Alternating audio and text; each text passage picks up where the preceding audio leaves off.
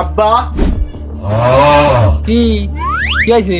20 টাকা লাগবে, 20 টাকা দাও। কে স্কুলে যাওয়ার আগেই তো 20 টাকা দিলাবে, এক মতনে শেষ হয়ে গেছে। তোমার বাপের কি জমিদারি আছে? কিসে চলে লাগবি কও? যা করে করবানে, ও তুমি টাকা দাও। ওরে বাপ রে, নিজের বাপের উপরে কি জানি মাইতেছে। আমি টাকা মাকা দিতে পারবার না নে। ওই কোনে যে 20 টাকায় দিয়ে গুড় কিনে খেটে বইরে থাকবে না, বাড়ি আসার খোঁজ নেই। ও তুই যা করবি কর, আমি টাকা পয়সা দিতে পারতেছি না। টাকা পয়সা দিবি নে। আব্বা আবার কি? ও আব্বা, পাশের বাড়ির সকিনা কাকি তোমার কাছে একটা কথা কইতে কইছে। সখিনা কইছে?